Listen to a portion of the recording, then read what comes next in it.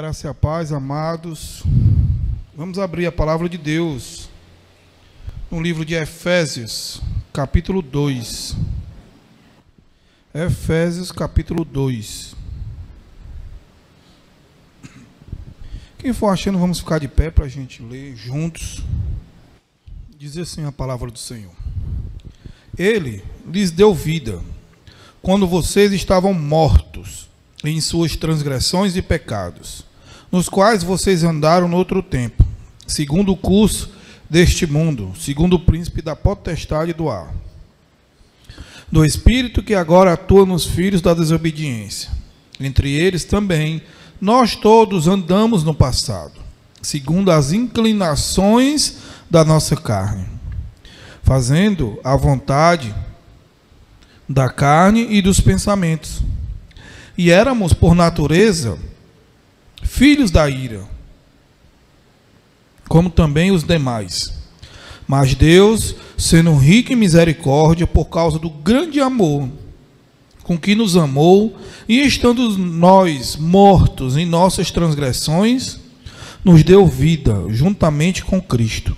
Pela graça vocês são salvos, e juntamente com Ele nos ressuscitou, e com Ele nos fez assentar nas regiões celestiais em Cristo Jesus.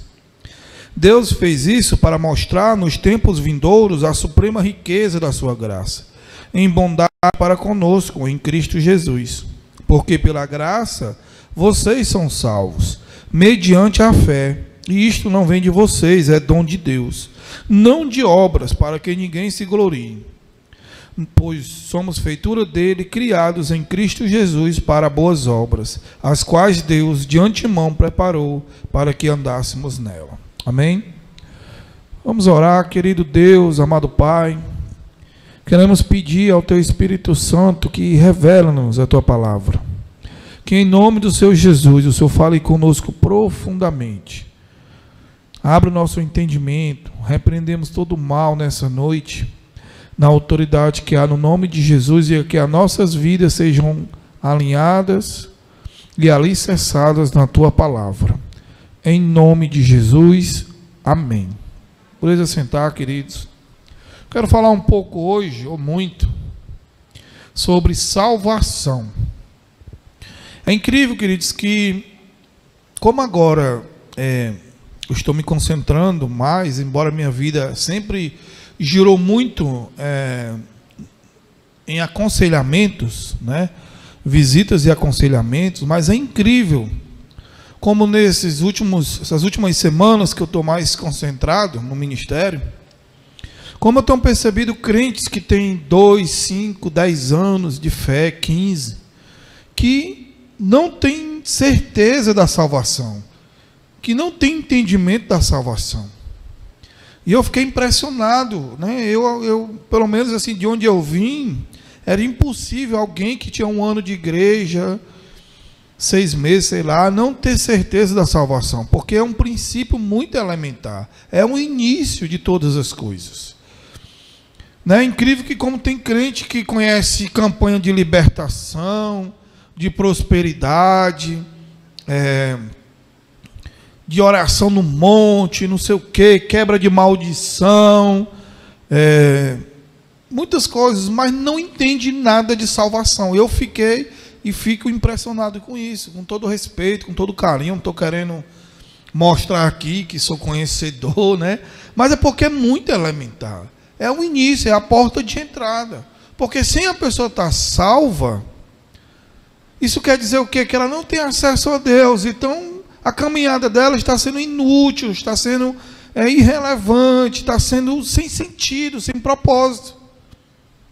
Porque a salvação é o início de tudo e é também quando nós começamos a ter comunhão com Deus, que é o nosso Pai, quando nós aceitamos a Jesus. Então hoje eu queria e peço a Deus que Ele me use dentro dessa ministração para tirar todas as dúvidas, e que se tem alguém aqui nessa noite que tem dúvida com relação à sua salvação, que em nome de Jesus você sai daqui convicto.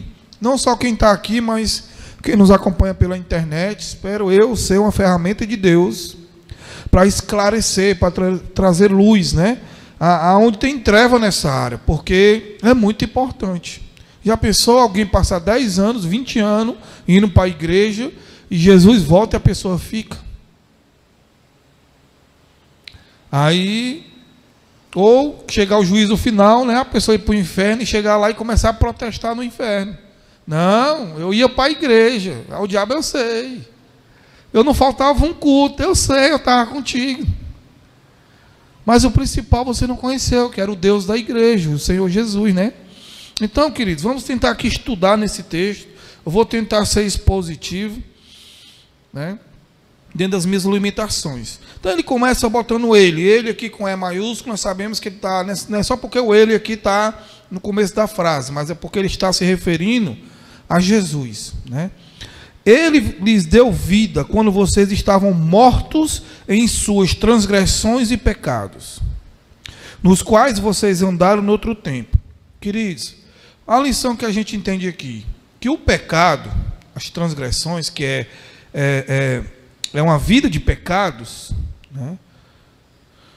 Ele nos faz mortos.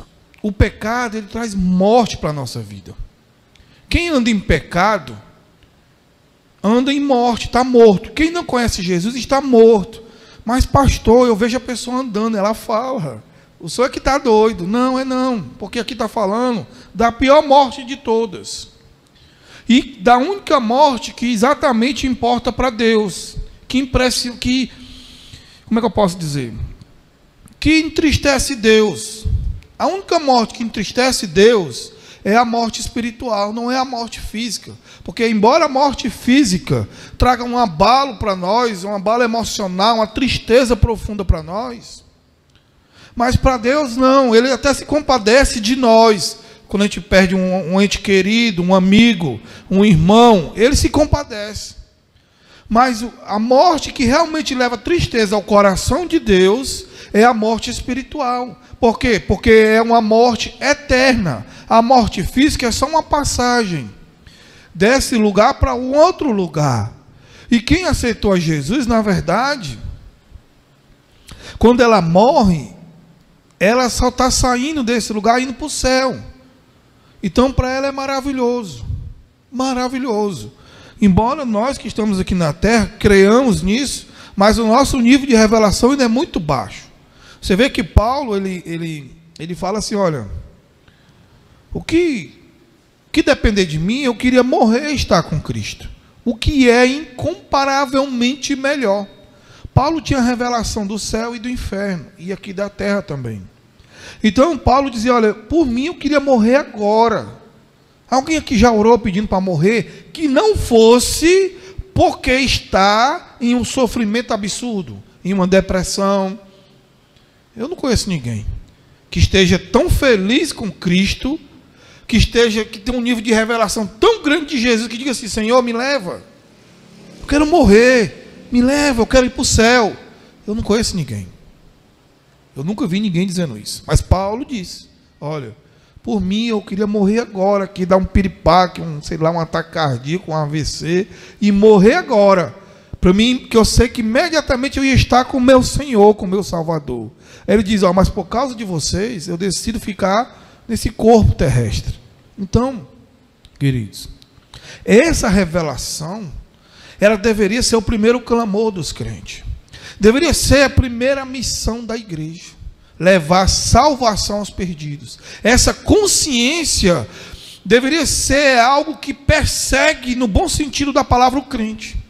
Isso deveria ser o principal alvo das orações dos crentes, a salvação. Porque alguém que tem revelação que está salvo, também tem uma revelação do tempo que não estava salvo, e também tem um entendimento muito profundo das pessoas que estão ao seu redor que não estão salvos. Então, queridos, a oração do cristão, em primeiro lugar, deveria ser por salvação. Não, pastor, mas eu já estou salvo. Salvação da sua família. Porque se nós amamos os nossos pais, nossos filhos, nossos cônjuges, nossos amigos de verdade, isso deveria tirar a nossa paz. pelo fato da gente saber que eles não estão salvos. Você já parou para imaginar? Se o seu pai, eu estou dando aqui exemplos, estou dizendo que é o seu, mas pode ter caso aqui, que seu pai, se morrer hoje, ele vai para o inferno. Se a sua mãe morrer hoje, ela vai para o inferno. Se o seu filho ou filha morrer hoje, vai para o inferno. Você já parou para pensar nisso?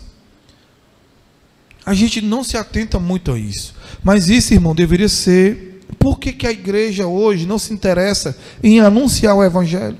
Por causa que não tem a revelação. Não tem. Eu me lembro aqui de um pregador que agora me fugiu o nome.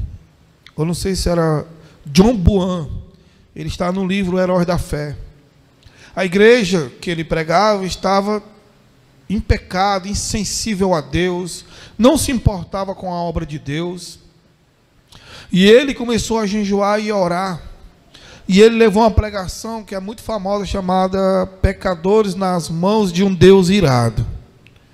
E a história conta que Deus usou tanto a vida dele naquele momento que ele estava só lendo a palavra, ele não pregou. Quando ele estava lendo, a história conta que essa igreja, Deus desceu lá nessa igreja e fez os crentes do culto ter uma sensação que o chão da igreja estava se abrindo. E todas as pessoas daquele culto viam o fogo do inferno. E o fogo começou a sair a temperatura para fora. E os crentes daquela igreja começaram a gritar a Deus por misericórdia, por perdão de seus pecados. E o avivamento foi tão grande que conta-se que naquela noite, daquele culto, as pessoas daquela cidade choraram a noite inteira pedindo a Deus perdão pelos seus pecados. Olha, irmão, a salvação, ela traz para o crente um entendimento do quão imperfeito ele é. Quanto mais conhecemos a Deus, mais nós somos gratos a Ele, porque nós entendemos que nós não somos merecedores dessa graça. Precisamos ter essa noção que nós estávamos mortos. Veja bem, digamos que tem um velório aqui nesse bairro, e eu chego para o desafio aqui à igreja e digo assim: olha, eu vou dar 10 mil reais para quem levar a tabuada e ensinar a tabuada de adição lá do número 2 para um morto. E eu quero que o morto fale só uma da tabuada. Você conseguir ensinar só ele. 2 vezes 1 dá 2. Pronto. Se você conseguir ensinar isso ao morto e ele repetir e falar que aprendeu isso aí e dizer que 2 vezes 1 é 2, eu vou lhe dar 10 mil reais. Quem aqui iria? Ninguém.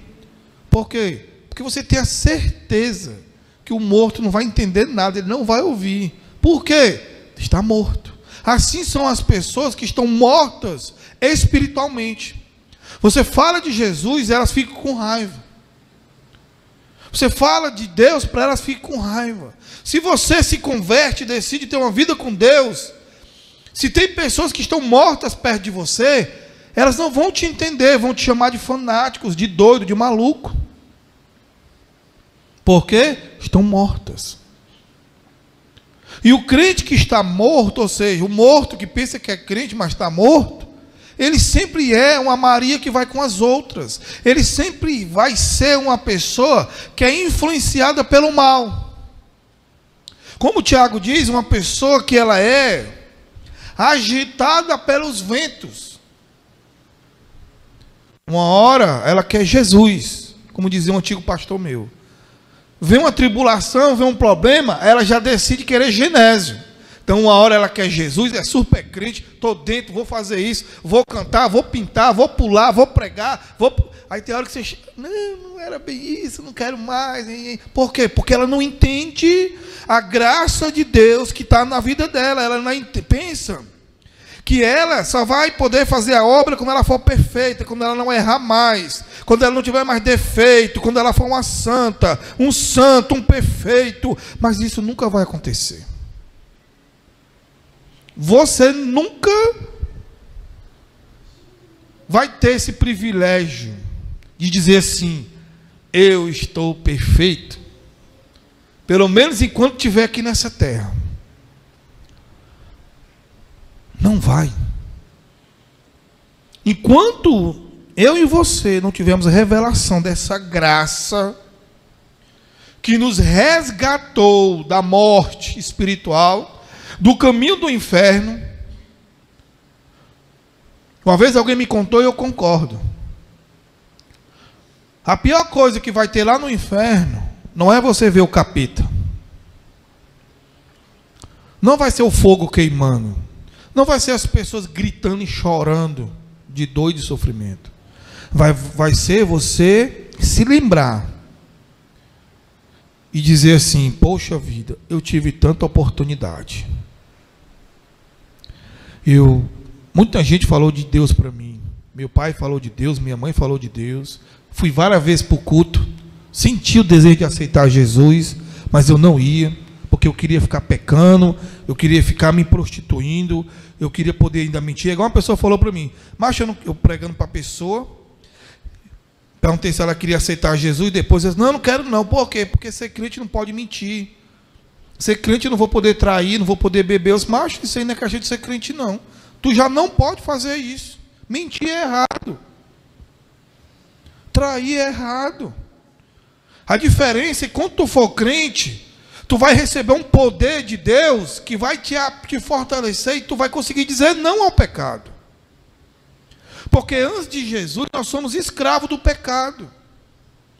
Quantas pessoas eu não já ouvi que chegam para mim e dizem: rapaz, eu tentava me libertar da prostituição, eu tentava me libertar da pornografia, da mentira, do roubo, mas eu não conseguia. Eu passava até uns dias, mas voltava. Mas agora, depois que eu aceitei a Jesus, eu ainda sou tentado.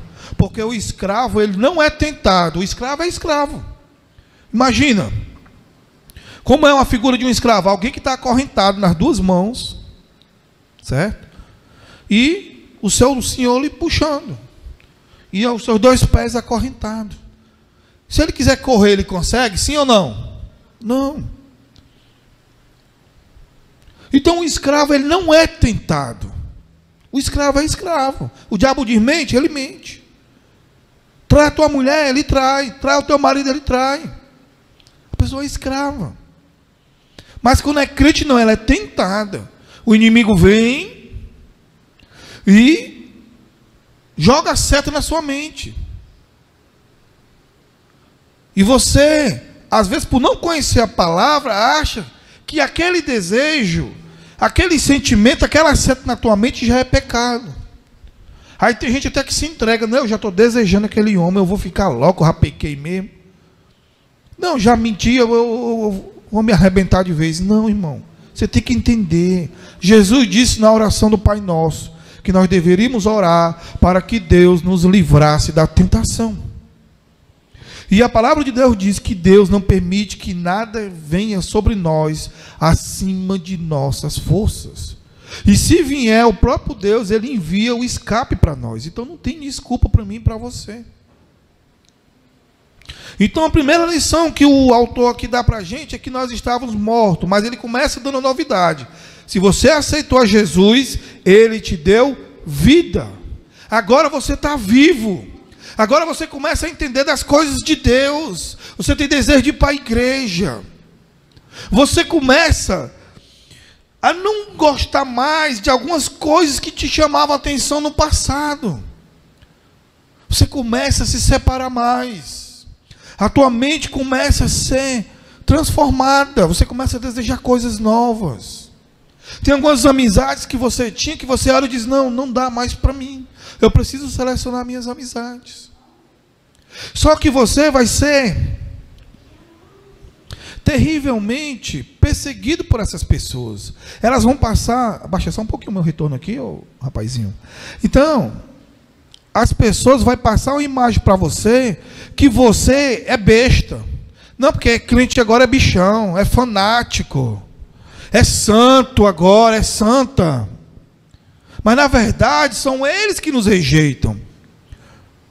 Porque não existe um crente de verdade que não seja radical. Jesus, ele foi radical. E ele é o meu modelo de fé. Jesus, irmão, ele andou aqui na terra, mas ele não se corrompeu. Quando ele estava sendo julgado pelo Pilatos, Pilatos olhou em tudo, investigou em tudo e disse: eu não vejo erro nesse homem. Eu não vejo. Não há pecado nele, como é que eu vou condenar ele à morte? E a mulher dele teve um sonho e diz: não toque nesse homem. Não toque nele, porque eu tive um sonho com ele, não vai ser bom para tu não. Aí ele pensou e diz: eu tenho uma ideia para livrar ele sem eu me comprometer. Eu vou pegar um ladrão e vou botar, porque estava numa época lá, que agora não me lembro da data, que se liberava um prisioneiro, né? Então eu vou pegar um ladrão que roubou a sociedade, que fez mal da arrumação aqui, e vou botar ele do outro lado e vou pedir para o pessoal escolher um. E foi, lavou as mãos dele e diz agora, né? O que foi que o povo escolheu? O povo escolheu Barrabás. Por quê? Porque estavam mortos. Quem está morto só segue morto. Quem está vivo só segue vivo. Você já viu um vivo querendo ir com um morto, embora esteja chorando? Não quer. Pode até falar ali, mas da boca para fora, não quer morrer não. E a pessoa que está morta, ela não entende de princípio espiritual. Nós estamos em um momento aí, né, meio que conturbado da nossa nação. E as pessoas tentam, irmão, assim, eu estava até conversando ali fora, eu estava dizendo, o que me deixou mais triste nesse momento de eleição é sentir a rejeição e o ódio das pessoas pela igreja do Senhor Jesus. Tem gente que só votou contra um candidato porque percebeu que a igreja estava querendo esse candidato. Por quê? Porque estão mortas.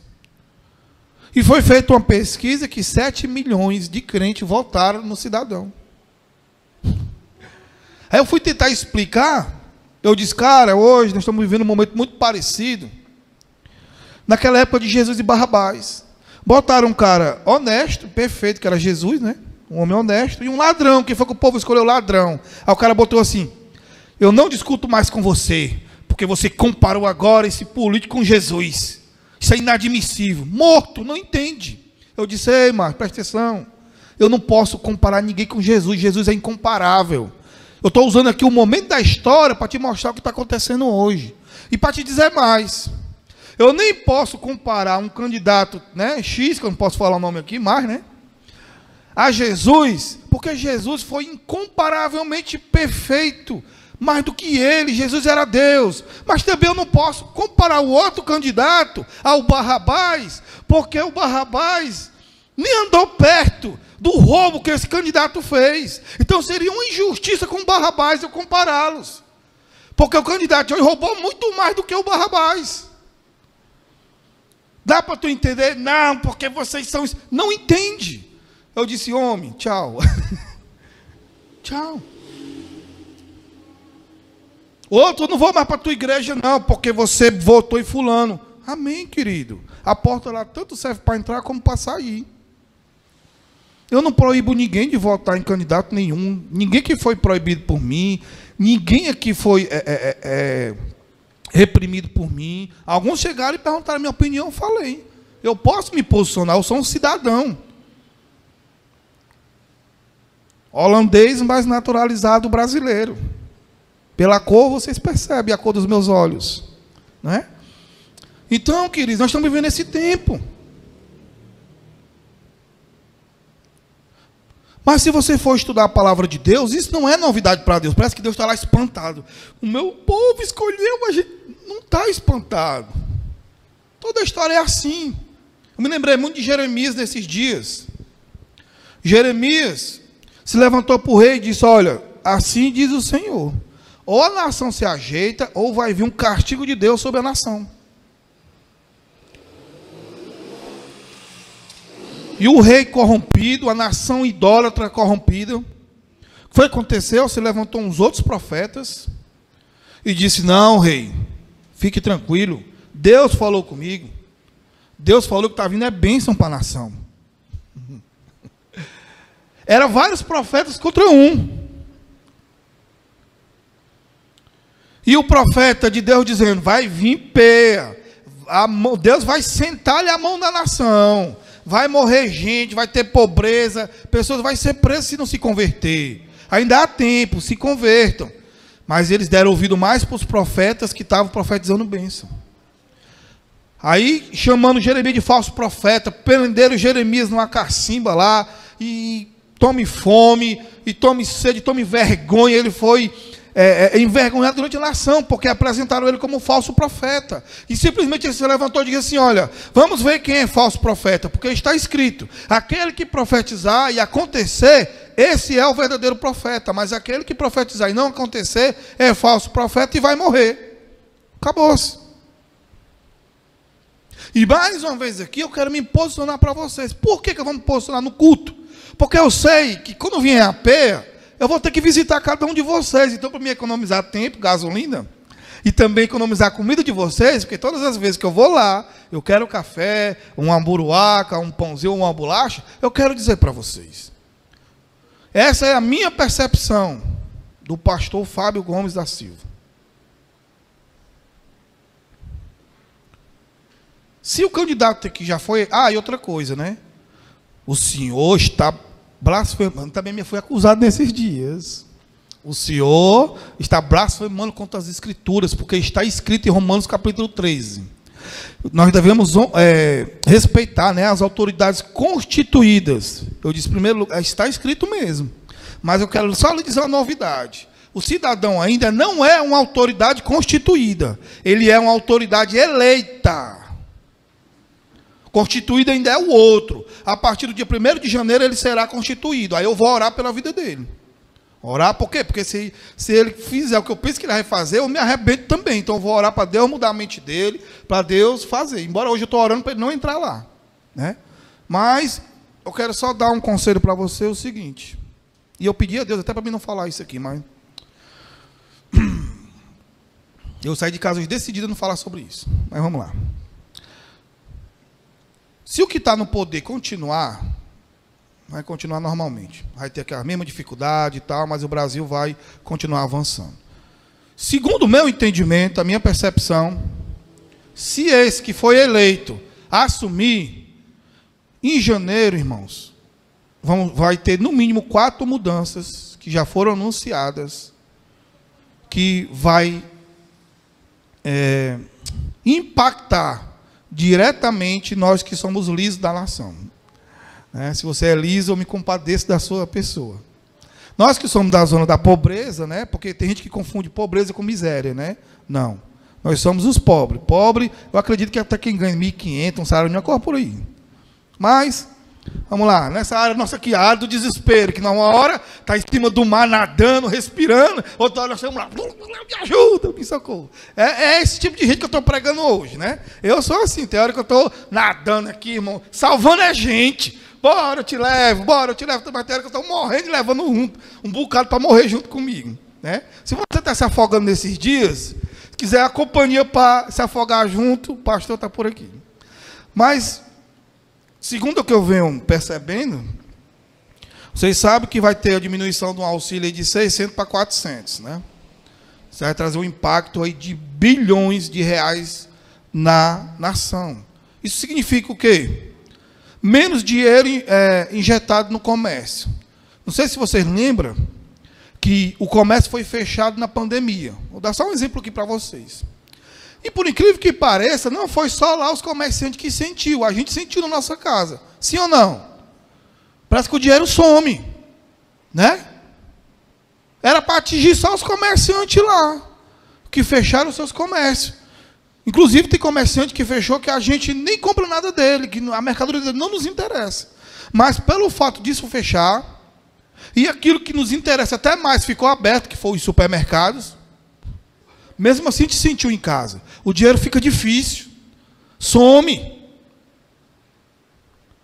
Por quê, irmãos? Porque o comércio, ele movimenta o dinheiro no país. Você pega o seu dinheiro, vai lá, compra no comerciante, aquele comerciante paga o fornecedor dele, que o fornecedor dele paga o outro lá, e assim vai. Aí o dinheiro volta em imposto para a nação. A nação joga o dinheiro de novo, você recebe lá o seu bolso, o seu salário, depois você vai lá de novo, gasta no comércio, o comércio paga as suas contas, cada um de nós vai pagando um imposto. E é assim, ó, tem que girar. Por isso que essa ideia de dizer o presidente bom é aquele que trabalha só para os pobres, é mentira. Quem sustenta a nação não é os pobres. Quem sustenta a nação são os ricos, são os grandes empresários. Todo funcionário crente deve dedicar um tempo para, além de ser o melhor, decidir ser o melhor funcionário da sua empresa, você deve orar muito pela empresa que você trabalha, para que o teu patrão prospere. Eu me lembro que quando chegou, eu estava com o dinheiro guardado, isso há um bom dia atrás, né? Nem lembro mais qual foi o ano. Estava com o dinheiro guardado. Acho que foi na época que o pessoal tirou aí, disse que teve um presidente que tirou a negada da pobreza. Nessa época, eu estava com o dinheiro guardado. E eu queria botar um negócio para mim, né? Eu estava motivado e tal e tal.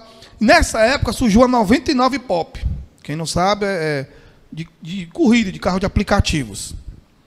Aí eu tinha um carrinho, e eu fui fazer umas corridinhas e começou a entrar, né? O cacauzinho ali, tá? Eu com a arrumo de menino em casa, aí comecei a comprar, o menino estava quase comendo meu braço, que não tinha comida, e eu fui levando as coisas de casa, e eu fiquei pensando, rapaz, eu estou querendo botar um negócio, né, para mim, claro, para prosperar, para crescer, mas será que não é negócio eu trabalhar para essa empresa, que ela está chegando agora aqui, e eu ajudar ela a crescer, e eu crescer também, né?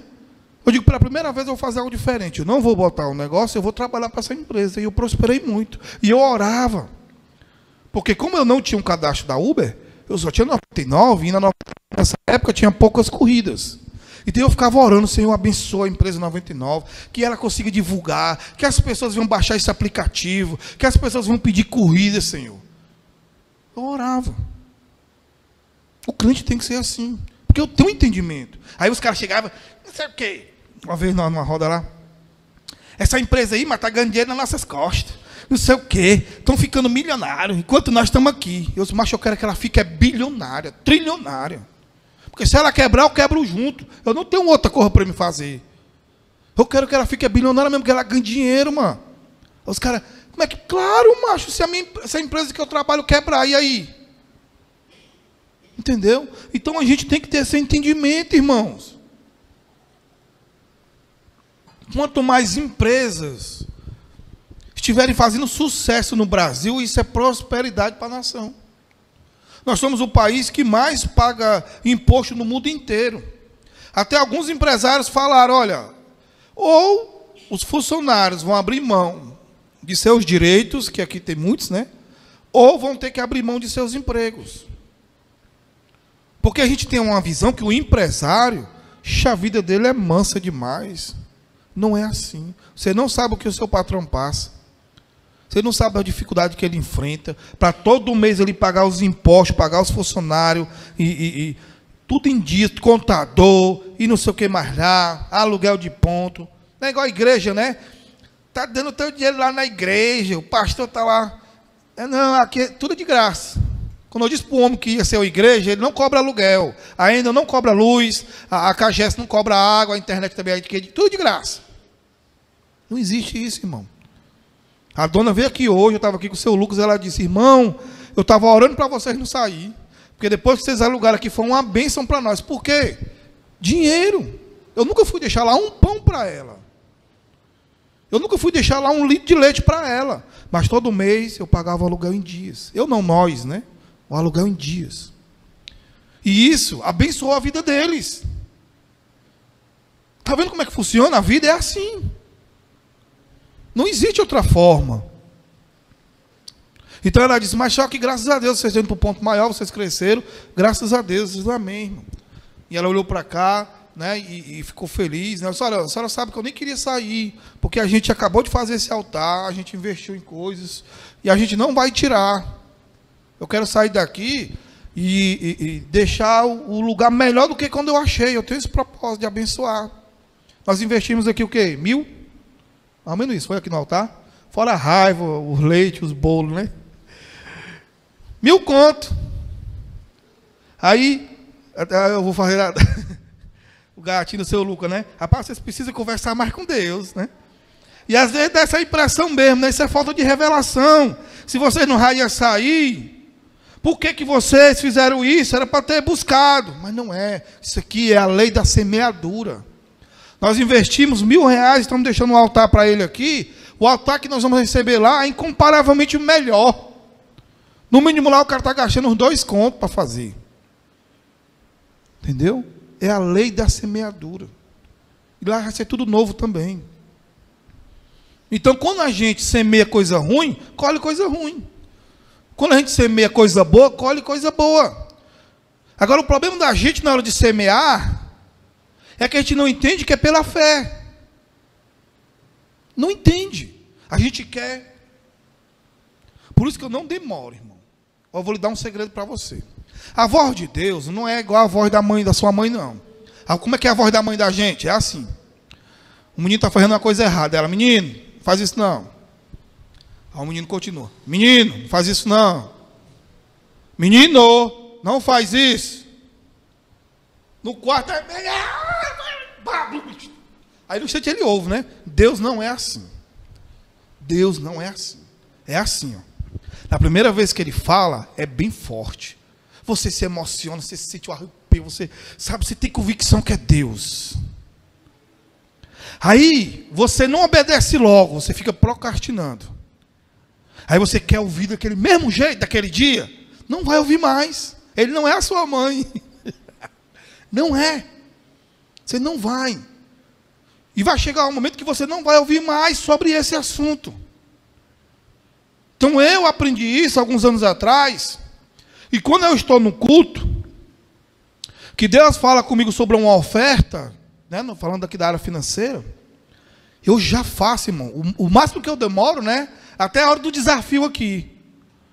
Eu não deixo passar esse momento, irmão. Porque eu sei que dificilmente eu vou sentir aquilo de novo e vai ser mais difícil para mim obedecer. Esses dias eu recebi excelentes notícias. Maravilhosa, né? De 10 pessoas da igreja, 12 estão em crise financeira. Isso é maravilhoso. Isso é lindo. Eu não poderia ter recebido tão boa notícia. Sabe por quê? Porque às vezes a gente pensa, irmão, que o inferno está lá bem quietinho. O inferno não está se importando com você. Aí acha que quando Deus abre uma nova situação para você, uma nova porta, pensa que o inferno vai aceitar numa boa. Vai não, neném. Não vai. De ontem para hoje eu tive um sonho maravilhoso. Eu orando, né, pela igreja, por mim. Eu tive um sonho maravilhoso. Que a gente ia para esse novo ponto e lá nós ia passar a maior vergonha de nossas vidas. Nós não ia conseguir pagar o aluguel. Me acordei atordoado, já com vergonha. Aí sabe o que fez a diferença? 2 coisas. A fé e a experiência. Eu comecei a me lembrar desde o primeiro dia que Deus mandou a gente alugar aquele primeiro ponto. Para mim foram dias terríveis. Trovões e trovoadas. Foi a decisão mais difícil da minha vida, que foi o primeiro ponto que eu aluguei. Então eu entendi, eu não espero mais hoje, quando Deus me mandou fazer algo, facilidades. Não tem. Não tem. Aí nessas horas eu me lembro, sabe de quem? De Isaac. Uma fome miserável na terra, igual quando teve no tempo de Abraão. E o Egito era o único lugar próspero, e Deus chega para ele, porque Deus não tem pena de nós. Porque Ele não vê a gente como medíocre. Ele não vê os seus filhos como medíocre. Ele acredita na graça que Ele derramou em nossas vidas. Diga amém. Então ele chega para Isaac, se ele fosse, né, se ele não fosse o que ele é, ele ia, meu filho, vá para o Egito. Papai entende o meu filho, está difícil, né? Fome, seca. Não. Ele chega e diz, não desça ao Egito. Plante no deserto. Aí talvez se ele fosse ter pena do Isaac, ele, mas meu filho, para lhe dar um sinal, eu vou fazer agora chover no deserto. Antes de você plantar, para você ter a certeza que é eu que estou mandando. Não teve. Ele só disse, não desça ao Egito, você vai semear no deserto e eu vou te prosperar. Isaac já tinha um exemplo do pai dele, que Abraão, o sonho dele era ter um filho, e a sua mulher estéril, e Deus prometeu um filho para ele. Ele teve que esperar 300 anos, se não me engano ele foi pai com 100 anos, né? Mais ou menos isso, não estou aqui bem... Quando ele foi 90, quando ele foi pai, o menino já grande, aí Deus chega para ele e fala assim: agora tu me dá teu filho, teu único filho. Aí naquela época, hoje a gente escuta isso, né, irmão? Parece que é fácil, mas naquela época, irmão, as outras pessoas que adoravam outros deuses, eles tinham esse costume de sacrificar crianças aos deuses. Eles matavam as crianças aos deuses. Abraão, se não conhecesse a Deus, ele ia dizer: Senhor, que arrumação é essa, né? Primeiro o Senhor me dá, agora o Senhor pede. E o Senhor está imitando os deuses pagãos. O que o povo vai dizer do Senhor? Se todo mundo vê que é uma atrocidade eles matar as crianças para dar aos deuses, agora o Senhor também quer que eu mate o meu filho para te dar? Não. A Bíblia diz que ele obedeceu. Agora, vamos lá. Deus chega e diz assim: irmão, dê tanto. A gente só falta ficar doido. A pressão sobe, é crise de ansiedade, não é não? Eu vou quebrar, eu vou morrer. E mamãe, tá só um pouquinho que agora aqui, ó, o para-brisa agora suou. Aí tu imagina Abraão, irmão. O cara não tinha nenhum filho. Naquela época não ter filho era fim da descendência. Deus tinha prometido para ele uma descendência. E ele já tinha tido uma confusão, porque ele se deitou com Agar e teve lá o Ismael. Aí ele tinha um único filho, pronto, aqui a promessa de Deus se cumpriu na minha vida. Então agora eu vou ter uma descendência. Deus chega para ele e diz: não, mate o seu filho, me dê ele. Aí eu quero perguntar para você agora viajar no tempo. Eu queria perguntar para você: como é que você acha que foi a noite de Abraão? Hein? Como é que você acha que foi aquela noite para Abraão, irmão? Sabendo que de manhã ele ia matar o filho dele, o único filho dele. Eu acho que ele comprou uma cajuína São Geraldo, uns 4 recheados, chamou a Sara: vamos comemorar, amanhã eu vou matar o meu filho. Deve ter sido terrível. Eu acho que Abraão até orou para que aquela manhã não chegasse, então para Deus mudar de ideia. Mara Deus que ele mude de ideia. Foi terrível. Mas de manhã, e ele não contou para ninguém. Mas assim, um exemplo, porque às vezes a gente conta porque a gente quer ter uma confirmação, mas só traz dúvida. De manhã ele pega o menino, sobe. E Deus, pelo menos para amenizar a ansiedade do rapaz, poderia dizer assim: não, mas leva ele para trás da tua casa e mata ele lá. Não, teve que viajar. A cada passo que ele dava, aí o menino brincando com ele, e ele, rapaz, e o menino rindo, o menino não sabia de nada. O que se passava no coração daquele homem? Sobe lá no monte, e o menino diz: pai, a lenha para o holocausto já está aqui, mas não estou vendo o sacrifício não. Eu acho que ele dentro dele sabe de nada, inocente. Ele só diz assim: meu filho, Deus proverá para si um cordeiro. Eu já vi alguns teólogos falando e eu creio nisso. Abraão tinha tanta fé em Deus que ele cria que se ele matasse o filho dele, Deus tinha um poder de ressuscitar aquela criança. Embora não tinha nenhum relato ainda de Deus ter ressuscitado alguém. Abraão sabia quem era o Deus que ele acreditava. Abraão sabia que Deus não ia deixar ele na mão. Abraão sabia que Deus não ia pedir nada a ele que Deus não tivesse dado para ele. Abraão tinha entendimento, irmão, que aquele filho não era somente uma criança, mas era uma providência sobrenatural de Deus para a vida dele. E era assim que todo crente deveria olhar para a sua vida e para tudo que ele tem. Para a sua saúde, para a sua família, para os seus bens. Tudo que você tem é uma providência sobrenatural de Deus. E às vezes é necessário que nós nos frustremos em nossos negócios, em nossos trabalhos, para que a gente entenda que quem nos prospera não é a nossa inteligência, não é o nosso suor, mas é a bênção de Deus em nossas vidas. É porque Ele decidiu nos abençoar. Abraão tinha esse entendimento. Então Abraão viu ali uma oportunidade de o nome de Deus ser glorificado. Abraão subiu aquele monte com um filho e desceu, pai de multidões. Ele semeou um filho e ele desceu, um pai de multidões. Desceu de lá um amigo de Deus, desceu de lá o pai da fé.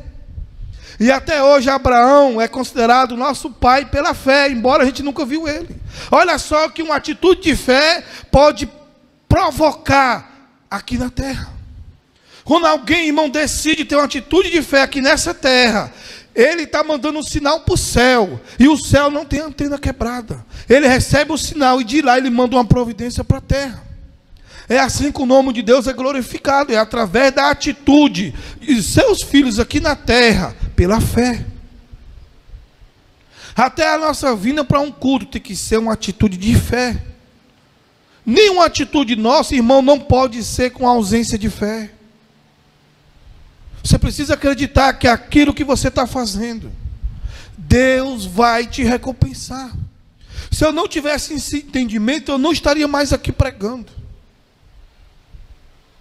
Então, irmão, quando eu recebi essas notícias que a maioria aqui, ou quase todos, estão passando por crise, eu louvo a Deus, porque é uma grande oportunidade para a gente semear no reino de Deus, e a gente vê a prosperidade de Deus, vê a mão de Deus descendo sobre nós, e a gente prosperando. No momento da crise não é momento de recuar, é momento de avançar, é momento de orar mais, é momento de jejuar mais, é momento de acreditar mais, porque é o momento que você está dentro das suas impossibilidades. Não tem nada que você possa fazer.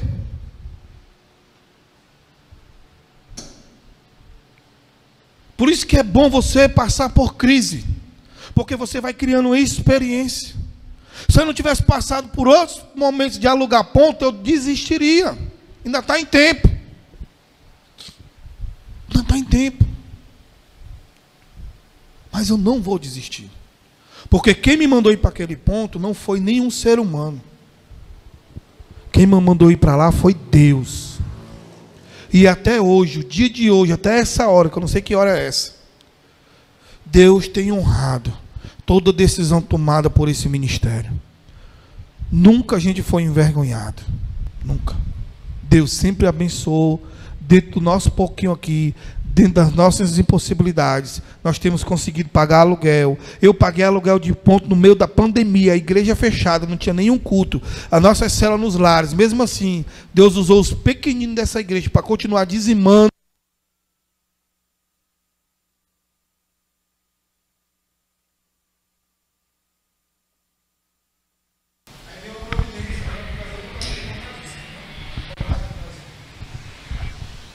Então, queridos, está bom, viu, bicho? Pode chamar aí. Ressuscitou que estava prestando para nada. Então, amados, é uma grande oportunidade. Nós estávamos mortos. Você mesmo não tinha mais perspectiva de vida para você. Você olhava para si mesmo e você não se aceitava. Se achava um derrotado, uma derrotada, se achava horrível, feio. Dentro de uma situação que você não acreditava mais sair. Eu estava assim. Eu sei quem me libertou do álcool. Eu sei, irmão. Eu nunca vi Deus. Mas quando eu olho para o meu passado, eu vejo Ele trabalhando a cada segundo da minha vida, mesmo antes de eu aceitar Jesus. Hoje uma pessoa falou assim para mim: Fábio, essa pessoa está desviada.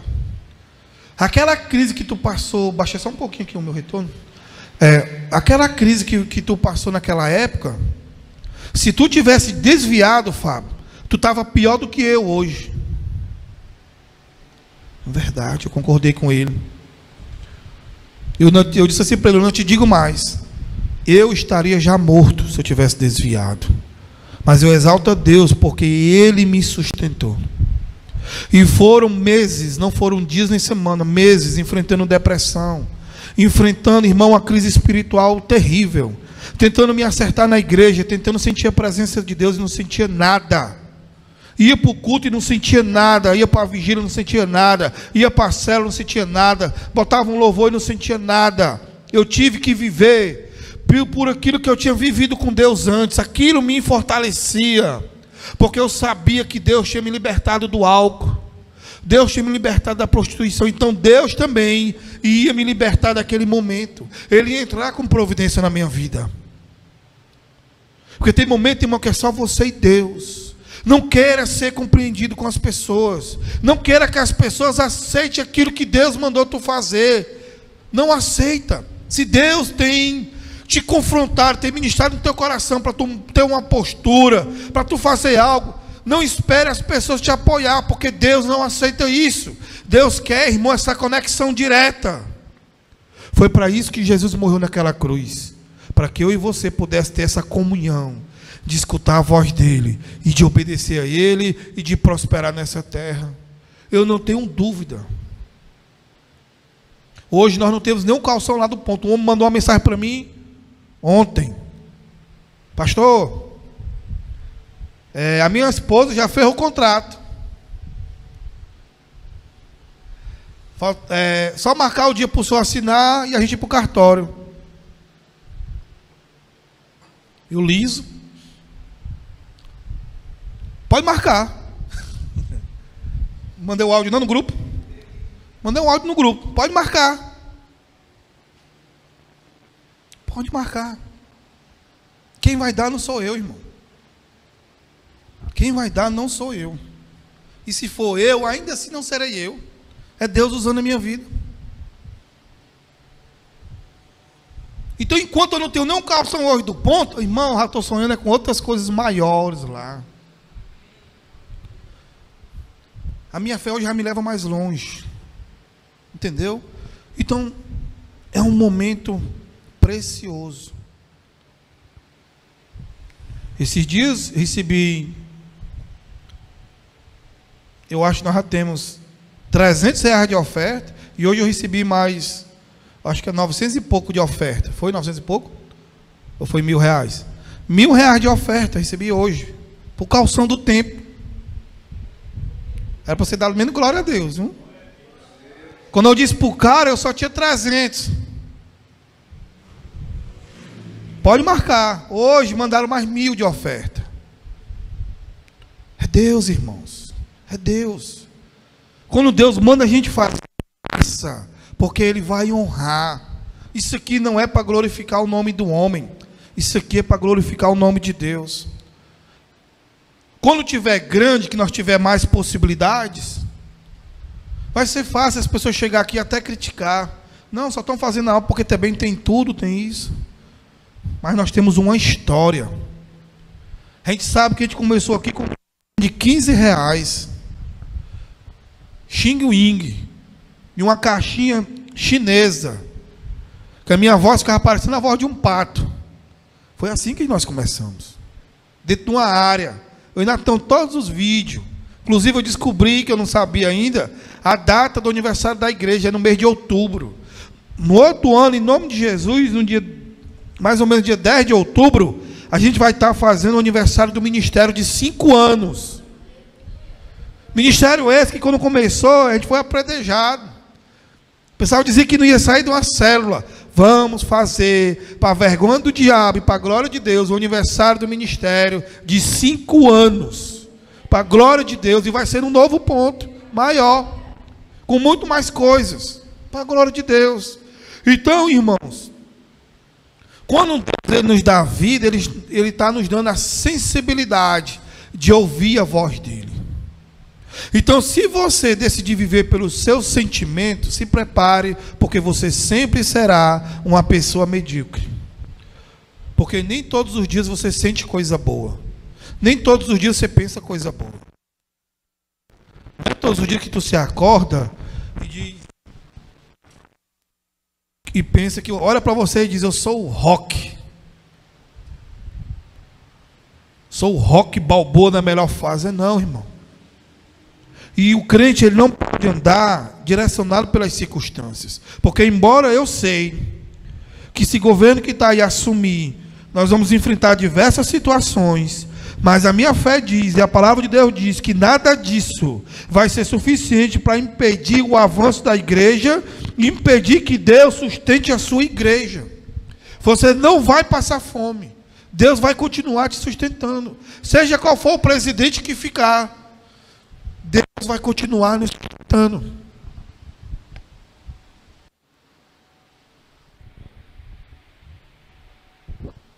Som. Estamos apanhando esse microfone porque ele já está num processo de falecimento. Ele já está na UTI. Mas se Deus quiser, já tem 4 microfones chegando novos já. Para a glória de Deus, viu, irmãos? E isso é tudo na liseira, é no deserto. É no deserto. Que é para poder não chegar aqui, eu comprei porque eu tenho. Não. É no momento da crise. Está chegando mais 2 microfones, 4 microfones aí. Top, vai resolver o problema. Mas enquanto isso, o rapazinho ali, com o olho inchado, ali quebrado, está aguentando as pontas. Mas vamos voltar para o texto, irmãos. Então, quando nós não tínhamos Jesus, a gente andava segundo o curso desse mundo. Mas hoje, irmão, se você aceitou a Jesus, você é livre. Diga amém. Você é livre. Então você tem que decidir não ser influenciado pelas pessoas do mal. Não é porque você está perto de alguém que fala nome feio, que você vai falar também. Que mente, que você vai mentir também. Que fica falando mal das igrejas, e você também vai falar mal. Que fica falando mal de alguém, você vai ajudar. Nesses dias, muitas pessoas se afastaram de mim, porque eu decidi não estar mais ouvindo fofoca. Perdendo tempo, que a pessoa chega com a mesma conversa. E muitas pessoas se afastaram. Pessoas que envenenam a gente, irmão. Ontem eu não fui para a cela do Eusébio. Ontem quem foi o Cleito e a Bruno, para lá. Chegaram se reclamando que ficaram lá com fome. Todas as células aqui, né? Eu sou muito bem recebido para a glória de Deus. Olha, só teve uma casa que eu nunca comi, foi na casa da Mônica, né? Já fui várias vezes lá, mas nunca comi lá, né?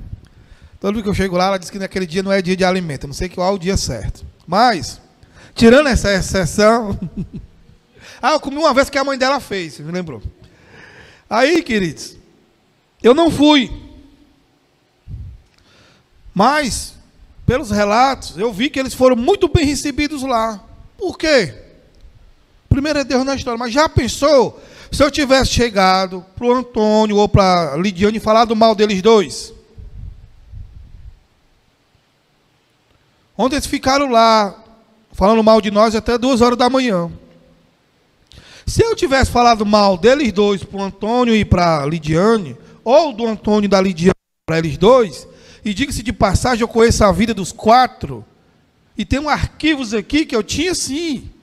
Tem aqui coisas que eu podia falar mal um dos outros, que eu conheço os defeitos deles, que eu discipulo eles. Entendeu? Mas eu não vou fazer isso é um tiro no pé. Porque é uma igreja, irmãos. Não pode ser uma igreja envenenada. Onde tem veneno, não tem Deus. Nós não podemos ser uma igreja que vem para cá, que só olha a nuca do seu irmão. Aí, ó. Quando termina o culto, sai correndo para casa. E na semana não entra em contato com mais ninguém. Não fala com ninguém. Não tem comunhão. Não é a ideia de igreja. A igreja de Cristo é aquela que se olha nos olhos. É aquela que brinca uma com outra. É aquela que vai tomar um café na casa do outro. É aquele que visita. É aquele que durante a semana manda um zap um para o outro, manda uma mensagem um para o outro. A igreja que as pessoas, que os irmãos só se relacionam com um pastor, não é a igreja. É a igreja, mas não é o propósito geral da igreja. A igreja é comunhão. Então aqui eu sou só uma ponte. Já vai chegar um momento que eu não vou mais nem liderar os grupos de oração. É só vocês liderando e vocês tendo comunhão durante a semana. E vai ficar para mim só os pepinos, os abacaxis. Mas isso é a igreja. Então cuidado com o veneno da serpente. Você e eu temos que ser apaziguadores. Quando eu chego numa casa, irmão, geralmente, Está lá a confusão instalada. O sogro não gosta do genro, que a mãe não gosta da nora, que o filho está com raiva da irmã, e lá vai, é aquela confusão. E quando você escuta o relato de todos eles, você percebe que todos têm razão. Há um monte de cobra se mordendo. Entendeu? É verdade. Mas a gente tem que crer que quando a gente chega, a gente está levando as boas novas. Por quê? Porque o versículo 4 diz assim, ó, mas Deus, sendo rico em misericórdia, por causa do grande amor com que nos amou, estando nós mortos em nossas transgressões, nos deu vida, juntamente com Cristo. Pela graça vocês são salvos. Eu sei que eu fui salvo pela graça. Eu era, irmão, um estúpido, um inconsequente, um cara que andava falando porcaria, mentindo, enganando, destruindo a vida do pessoal, envenenando. Mas Deus teve misericórdia da minha vida e Ele me salvou. Então, quando eu chego no canto hoje, que eu vejo que tem pessoas perdidas, eu tenho que oferecer a essas pessoas essa mesma dádiva, essa mesma graça. Porque se Deus fosse dar uma chicotada por cada pecado nosso, quando a gente chegou na presença dele, nós ainda estávamos apanhando. E olha que eu tenho 13 anos de fé. E acredito eu que eu ia apanhar pela eternidade, porque todos os dias nós pecamos, nós erramos, pensamos besteira, tratamos o outro com insensibilidade, às vezes somos egoístas, orgulhosos. Por isso que nós temos que ter uma comunhão diária com Deus e pedir perdão a Ele todos os dias e a sua misericórdia. Mas quanto mais você oferece misericórdia aos outros, mais você vai ter misericórdia de Deus. Então, quando eu sou um copo de água fria na vida de alguém, Deus vai levantar pessoas para ser copo de água fria na minha vida. Mas com Deus é diferente. Você dá um copo de água fria a alguém e Ele te dá um pote cheio de água fria. Ele te dá uma fonte de água fria. Porque a colheita sempre é maior do que a semeadura. E você não pode ser limitado ao ponto de pensar que a semeadura é só dinheiro. Não é. A semeadura é a nossa vida. Quando você ajuda alguém, quando você dá um bom conselho a alguém, quando você resolve o problema de alguém, a crise de alguém. Essa igreja aqui, irmãos, ó, nesse exato momento, você está aqui sério olhando para mim. Mas aqui é um local de muito choro e muita cura. Porque aqui durante a semana eu recebo pessoas para aconselhar. Esses dias veio um casal aqui com problema, quando entrou, pastor, como é que você aguenta ficar aqui? Que calor miserável é esse? Parece, eu ainda estou com a minha garganta que arranha aqui, de tarde aqui não tem como ficar. E eu vou escolher o melhor horário para aconselhar os casais, é de tarde. O calor aqui, meu irmão, é um calor do cão. E eu ainda fecho aquelas portas ali, ó, para poder ter privacidade. Aí eu tenho como, aí a pessoa aceita Jesus, meu irmão, ou então morre no calor. Ou se perdoa, então vai ficar a tarde todinha aqui comigo no calor, até se resolver. Então eu vi que era uma estratégia boa, entendeu? Mas aqui é local de cura. Muitos casais foram casais de outra igreja. Eu estava ali fora conversando com alguém com problema, que não é de nossa igreja.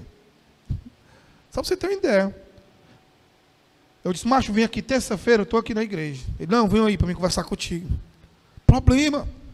Ele não vai trazer uma garrafa de café, um pacote de pão, não vai trazer nada, vai trazer problema. E isso é maravilhoso, sabe por quê? Porque um dia Deus resgatou as nossas vidas. Ele resolveu o nosso problema. Para que nós hoje possamos ser usados por Ele para resolver o problema de outras pessoas. Diga amém. Então a salvação, ela traz um oxigênio para a igreja. Domingo retrasado, eu acho, a gente teve aqui 4 pessoas aceitando a Jesus. É um momento mágico. É um momento que traz uma alegria nova para a igreja. Um oxigênio novo para a igreja. Dessas pessoas já recebi até dinheiro, mandaram oferta na conta da igreja. Eu não sei se era dízimo ou oferta, sei que mandou. Eu vi o nome, quem é esse indivíduo mandando oferta para cá? Aí uma pessoa que estava perto de mim, não, mas é o fulano, ciclano. Meu irmão, glória a Deus, o cara, né? Então, novas pessoas aqui também, ninguém está aqui atrás de dinheiro não, mas também gera novas possibilidades. Porque hoje aqui, irmão, quando a gente quer comprar uma coisa, Eu faço a rir. A gente faz uma reunião e lá vai a briga. O que é que tu tem para vender? O que é que tu tem lá na tua casa? Cheguei na casa ali do irmão, a irmã estava... cuida, homem, vai vender o fogão ali para nós dar o dinheiro para pagar o calção da igreja. Vai vender essa churrasqueira ali. Entendeu? Calma, vai vender o fogão da senhora, como é que vai cozinhar? Não, é outro, pastor. Nós temos sobrando aí. Sentimento de cristianismo. A pessoa quer participar da bênção. Entendeu? Então, mas imagina aí. Todo mês se converte 4, se converte 5, vai ser novos dizimistas também. A gente vai poder abrir outras igrejas. Entendeu? O reino não pode ficar só aqui. Hoje, para nós, um aluguel de 1.500 que a gente vai é uma loucura. Mas já, irmão, com novas pessoas sendo salvas aqui, ou lá, vai se tornar mixaria para a igreja. E vai aumentar as pessoas, a gente vai poder oferecer um conforto melhor. Hoje você está aí no calor aí. Já pensou você chegar na igreja, a igreja está climatizada, no ar-condicionado. Entendeu? Uma cadeira mais confortável. Isso é bom, irmão. Por que o shopping pode ter? Por que a boate pode ter? O cinema pode... Eu fui para o cinema esses dias. Meu irmão, um conforto. Uma cadeira ali que você tem que vigiar para não dormir. Um ar-condicionado perfeito. Um som de qualidade. Eu lá... assistindo um filme besta com o menino, que era aniversário do meu menino. Filme besta lá, era os Minions, né? Os Minions. Mas eu lá e orando, pai, eu quero isso aqui para a igreja. Eu quero, olha aqui, ó. Lá não vai ter isso. Eu tive medo de descer agora para o inferno aqui, ó. Mas ainda bem que eu estou salvo. Ainda bem que eu estou salvo. A pessoa filmando um pastor desce, está em pecado, desceu para o inferno. Eu estava orando lá, eu quero isso aqui. Eu quero esse som de qualidade. Eu quero essa cadeira aqui para os irmãos chegar, sentar, ficar bem acomodado. Entendeu? Eu quero isso. Tem que ter esse sentimento, esse desejo, porque eu não quero para mim. Eu não vou morar aqui. É para a igreja. É para a igreja. Por que a igreja tem que ser esmoléu?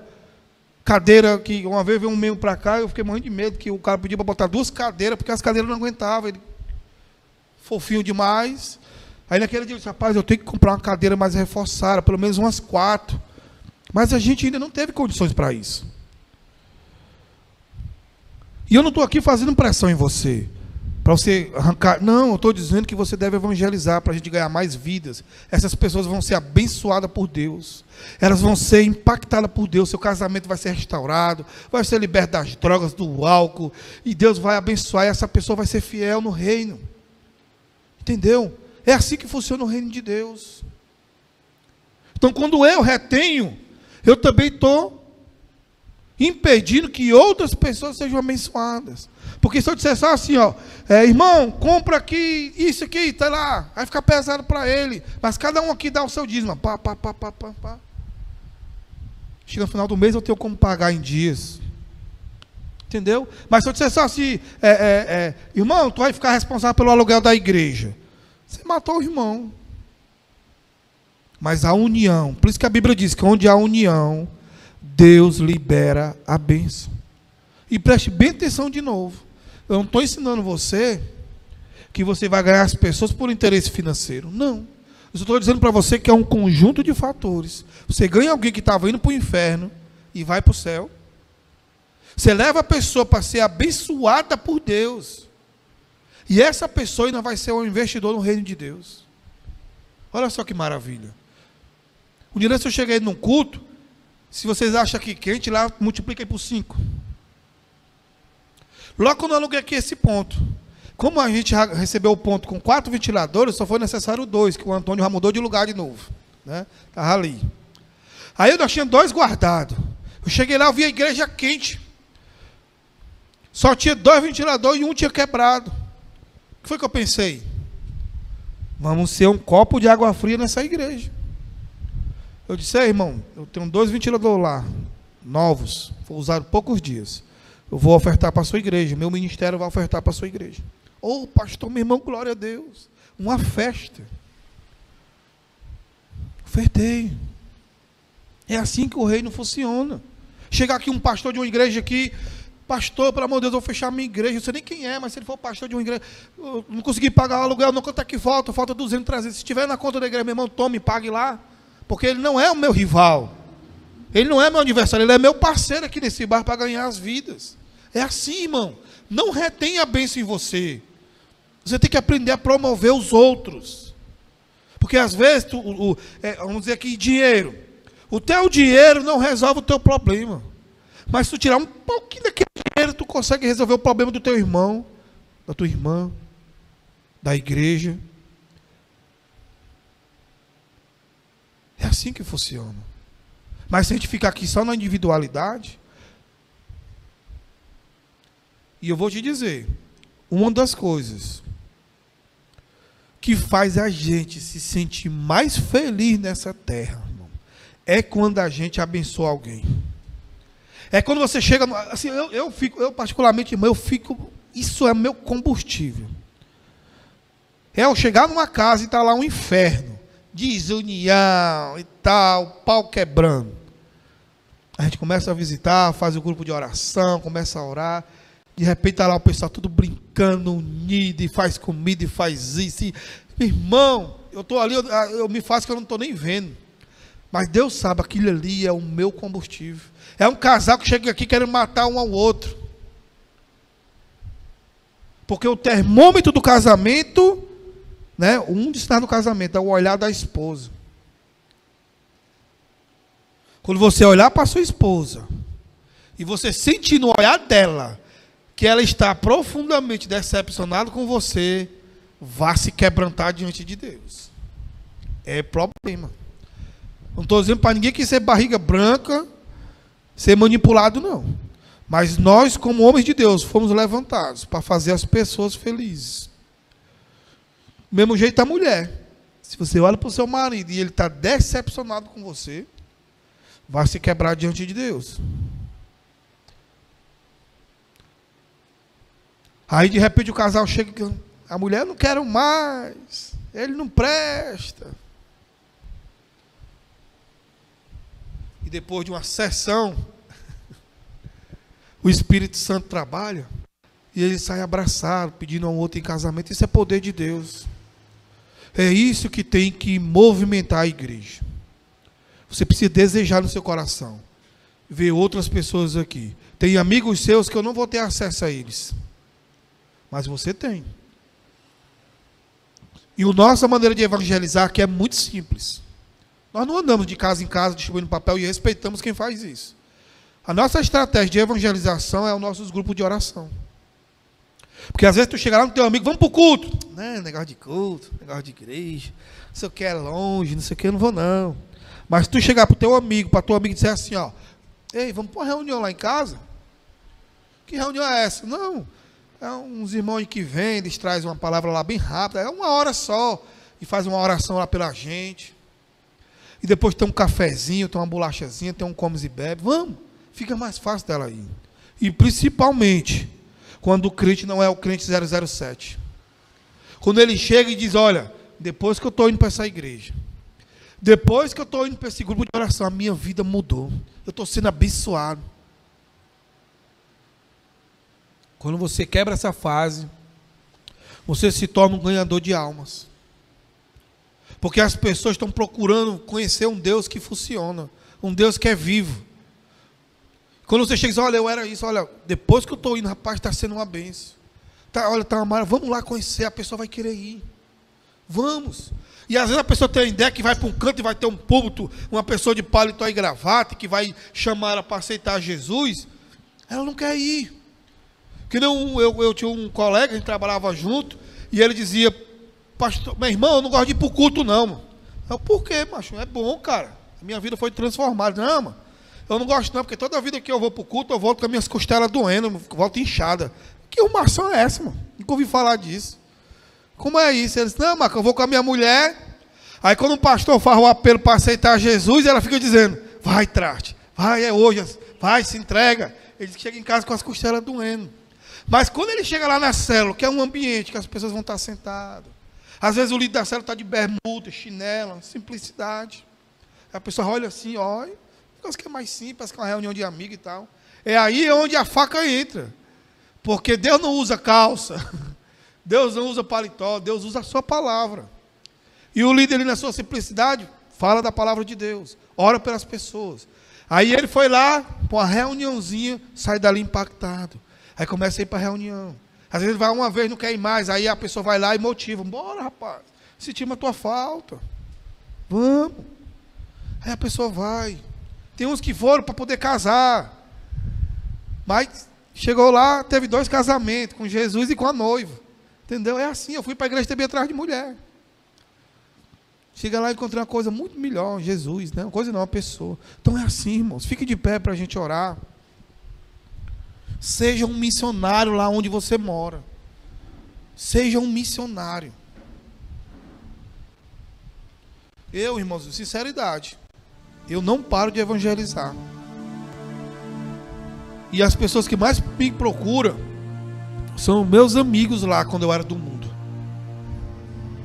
Que eu tomei uma decisão, eu aceitei a Jesus. Eles não, eu chamei.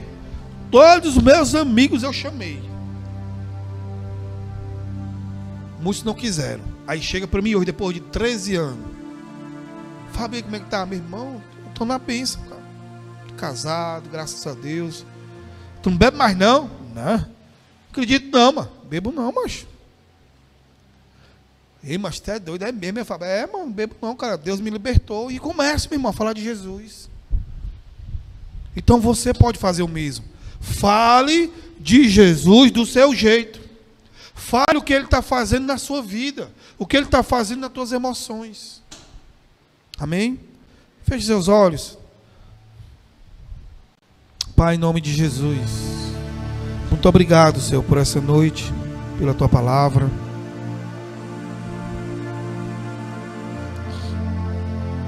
Quero, Senhor, apresentar a Tua igreja aqui nessa noite e aproveitar esse momento para fazer um apelo para aqueles que ainda não aceitaram Jesus, aqueles que ainda não entregaram a sua vida a Cristo.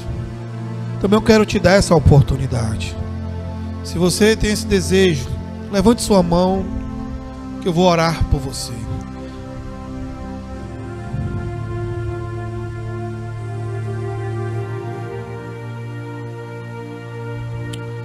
Louvado seja Deus. Muito obrigado, Senhor, por esse momento. Eu senti muito de Deus nessa semana. De chamar aqui à frente aquelas pessoas que foram ministradas por Deus a dar uma oferta para esse propósito do novo tempo. E que estão enfrentando dificuldades. Se você sentiu isso de Deus no seu coração, vem aqui na frente que eu vou orar por você. E Deus, Ele vai abrir as portas na sua vida. Você que sentiu o desejo no coração de dar uma oferta para esse novo propósito, do novo templo, e que o céu se fechou, o tempo fechou, vem aqui na frente que eu vou orar por você.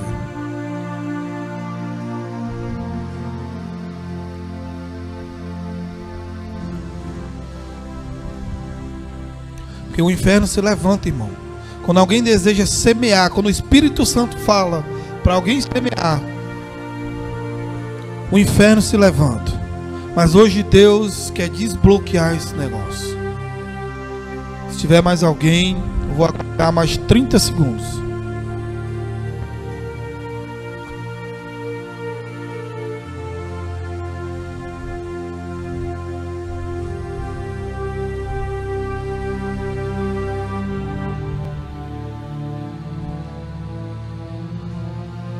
Amém.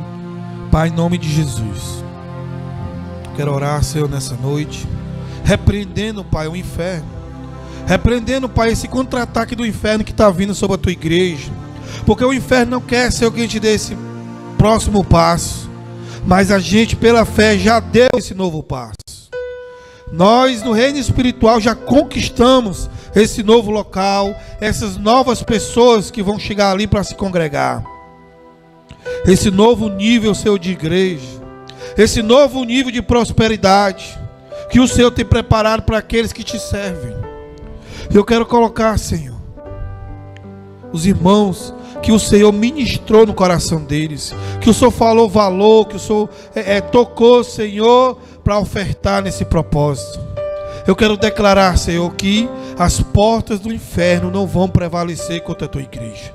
Eu quero declarar, Senhor, os céus abertos, em nome do Senhor Jesus, que o Senhor comece a gerar milagres, que o Senhor comece a operar milagres na tua igreja, que seja, Senhor, um mês de conquistas, um mês de prosperidade, um mês de fé, um mês, Senhor Deus, que nós vamos colher, que nós vamos semear, mas nós vamos colher.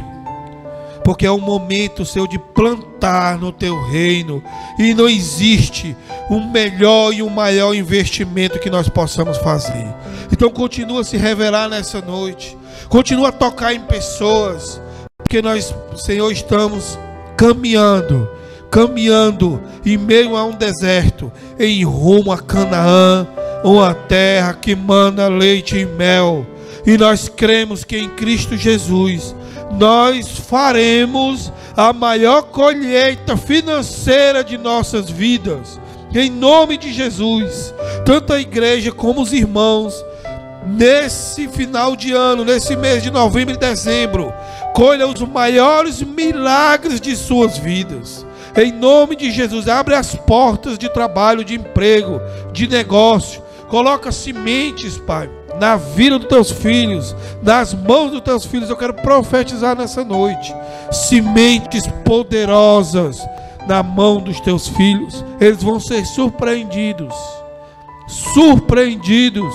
pelos céus nesses dias, e eles ficarão impressionados com o tamanho do teu poder, com o tamanho da sua generosidade na vida da tua igreja. E assim, Senhor, eu oro e te agradeço. Levante suas duas mãos aos céus. Que o Senhor te abençoe e te guarde. Que o Senhor faça o seu rosto resplandecer sobre ti e tenha misericórdia de ti. Que o Senhor levante o seu rosto e te dê a paz. E que a comunhão e que as consolações do Santo Espírito de Deus esteja com a igreja, hoje e eternamente. Quem crê diz amém. Dê glória a Deus, dê um aplauso ao Senhor, porque Ele é digno e Ele merece. Irmão, nós temos agora ali um cremezinho de galinha. Sim, vamos orar pelos aniversariantes do mês, né? Quem fez aniversário no mês de outubro? Outubro, é? Vem aqui à frente que nós vamos orar por você. Quem mais? No mês de outubro.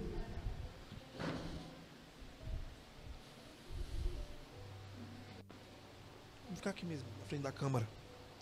Tem mais alguém? Tem mais ninguém no mês de outubro, só a Bárbara.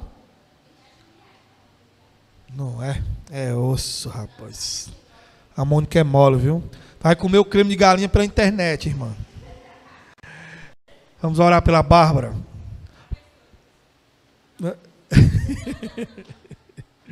A irmã é profeta. Pai, em nome de Jesus, abençoa a nossa irmã nessa data especial. Que o Senhor acrescente anos e anos e anos de vida, de paz, de prosperidade, de comunhão, Senhor. E que principalmente o grande diferencial na vida dela seja, Senhor, o temor do Senhor na vida dela. Que ela, Senhor, a cada dia te conheça muito mais. Que o Senhor se revele à vida dela, livre ela do mal, e que ela seja muito, muito e muito feliz na tua presença, Senhor. Que o Senhor seja com ela em todos os momentos da vida dela, em nome do Senhor Jesus. Eu quero também aproveitar nesse momento para orar também pela minha esposa. Pai, em nome de Jesus, abençoa a minha esposa, Senhor, que ela continue, Senhor, se recuperando, que ela continue, Senhor, sendo ministrada pelo Senhor, sustentada pelo Senhor, que ela não fique com nenhuma sequela, em nome do Senhor Jesus, que logo, logo, se ela esteja aqui, para cultuar o Senhor juntamente conosco. Assim nós oramos, em nome de Jesus, e vamos dar um aplauso ao Senhor novamente.